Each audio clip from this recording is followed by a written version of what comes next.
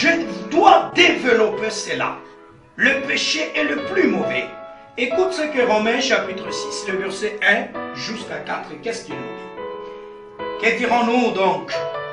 Demeurions-nous dans le péché, afin que la grâce abonde?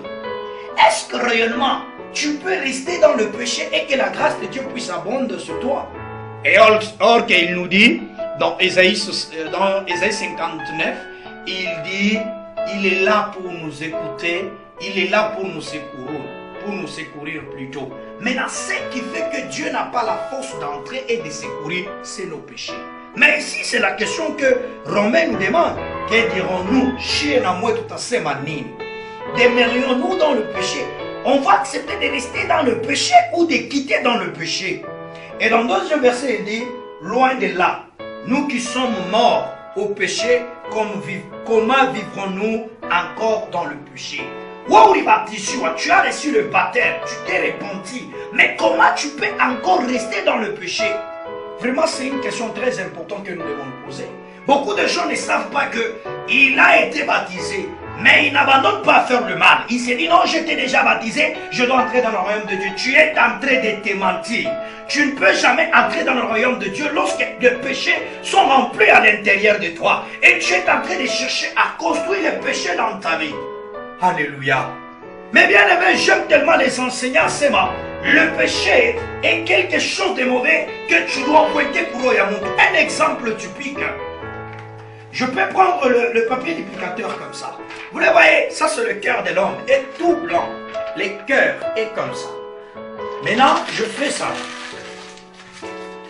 Je chiffonne. Après, je dois revenir avec la page. Que Dieu bénisse quelqu'un qui comprend ce que je veux vous enseigner. Qu'est-ce que vous avez remarqué?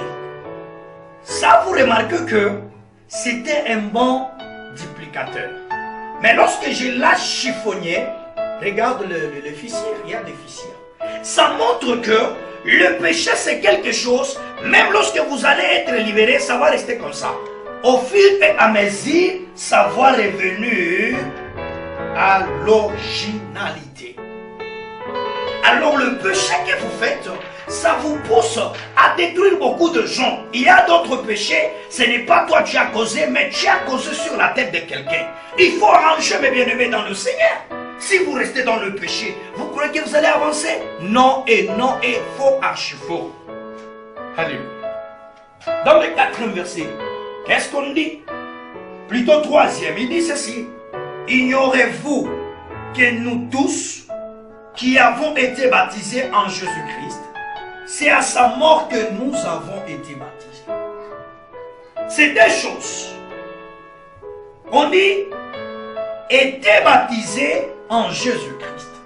C'est à sa mort que nous avons été baptisés. Le vieil homme qui péchait était resté.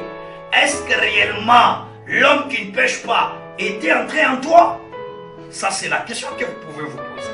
Dans le 4e verset, pour terminer, il dit, nous avons donc été ensevelis avec lui par le baptême à sa mort, afin que comme Christ est ressuscité des morts par la gloire du Père, de même nous aussi, nous marchons en nouveauté de vie.